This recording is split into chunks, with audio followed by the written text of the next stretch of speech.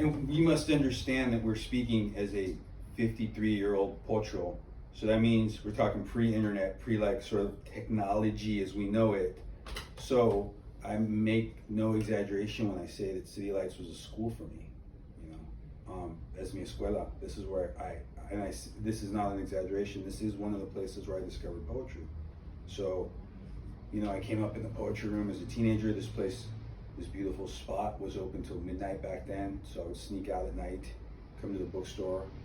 I won't go drinking or anything. I'd go to a bookstore. Yeah. So, but this is where I found poetry. You know, and through the poetry, I found other poets. You know, and other poems, and like, so this place schooled me in a big way. So for me, that was a big part. It's my education. It's my education. It's where I discovered Chicano poets. Literally, I mean, this is where I found Jimmy Santiago Baca. You know, and you know, so it was. This place has always meant a lot to me in that regard from the past. Speaking in the present, you know, it's also as a person who was blessed to work here for several years. It was a place that was something that I continued to draw inspiration and knowledge from. And I mean that, like, not to be too broad about it, but you know, it was here that I still would encounter writers that I did not know. It's one of the blessings of working here is the crazy amount of literature that you're exposed to, whether you're just putting it on the shelf or like all the galleys that were, you know, they're up for us to check out and stuff like that. So like this place schooled me in that way. It kept me going. And also still, I mean, yes, it is, it was started by a white man, a beautiful, beautiful white man.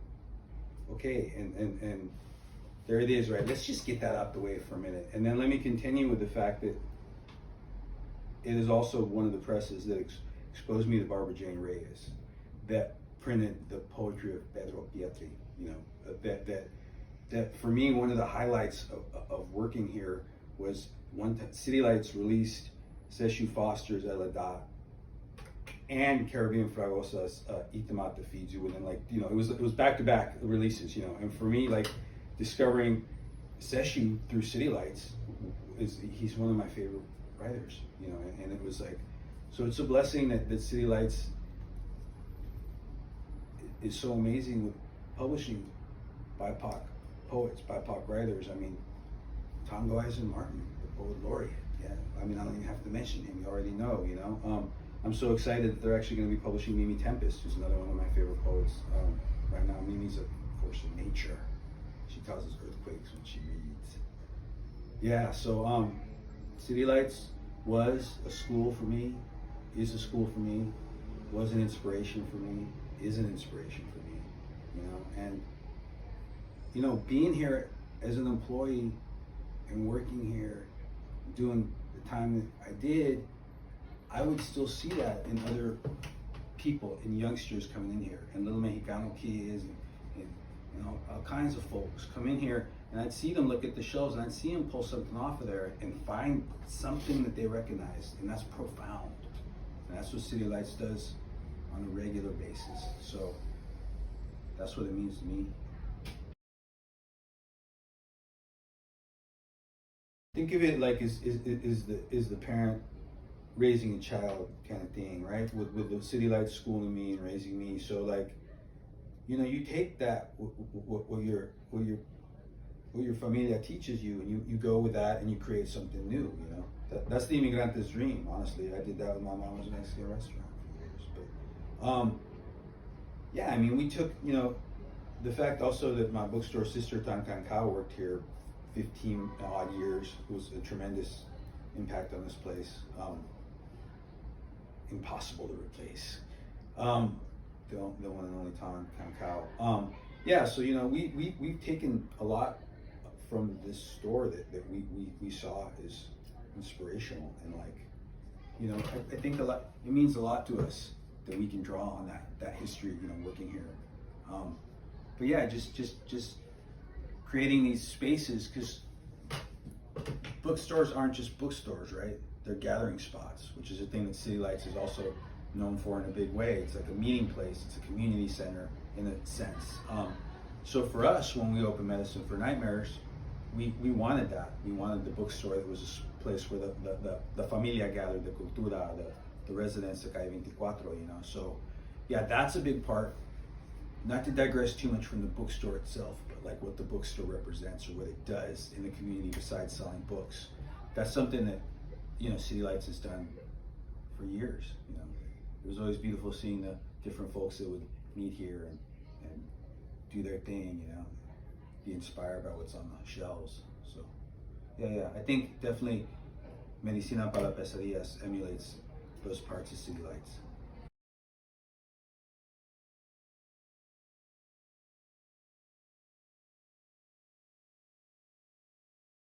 North Beach here, Chinatown's over here. Back in the day over there was Little Mexico, was the Latino neighborhood, you know. My mom and pa met when they both worked at a club on Sinaloa over there on Vallejo Street. So the Latino element and the like artistic collaboration, it's not so far. I mean, it seems like the Mission, North Beach, in the neighborhood, it's not that far, but it's a lot closer than you think because those roots are there. So like, you know, it's interesting at the bookstore, one of the beautiful things about having that space on Calle 24 is we're blessed. You know, a lot of the veterano poets have been coming in and I've been having really wonderful conversations. Last year during the Floricanto, Roberto Vargas came and accepted the community award from us, so he was in town. I got to talk to him, you know, and Alejandro Mejia comes in a lot, El Gato, and you know, they talk about back in the day how there was this really beautiful relationship between like the mission poets and the beat poets, not to just say the beats, but you know, there was the North Beach poets as well that were here. You know, there was Alejandro recalls fondly to me like being invited, Hirschman having some kind of gig at one of these jazz clubs, you know, where they would read poetry in between the musical sets, and he would invite a lot of the mission poets to come up and read. So, you know, the mission poets would be getting all decked out, and they come down here, and there'd be a collaboration going on, and so that goes way back, you know, it really does. And then the association of a lot of sort of the Melo poets for me, like that, you know, like I'm talking about like the Juan Felipe Herreras, you know, and the Alejandro Murgias, you know, them cats that kind of like, for the Latin poetry familia, they're kind of, you know, foundational. I'm thinking of Cherry Moriaga too, but different interaction completely.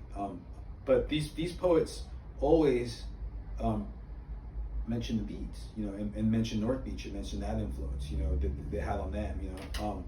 So that collaboration goes way back, you know, and part of the thing, you know, we've had conversations about wanting to do that, continuing it, so doing that too. I honestly would love that because, in truth, I don't know when it stopped, but I hadn't seen it much, you know, now, but it's something that's there in a big way, you know, and goes way back, you know. A lot of I was looking through Roberto Vargas's book of poems. He left a bunch of his first ones, and there's all these North Beach references. It's really beautiful.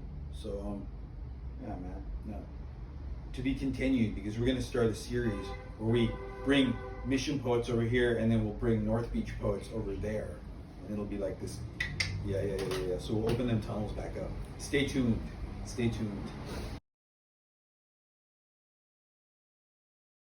70 years of bringing literature to the people, man, because we must also not forget the importance of, Ferlinghetti started this as a paperback, right? Paperback, making these books suddenly accessible to culturas or peoples that might not have accessibility to more expensive books. So man, that's a long time, man, and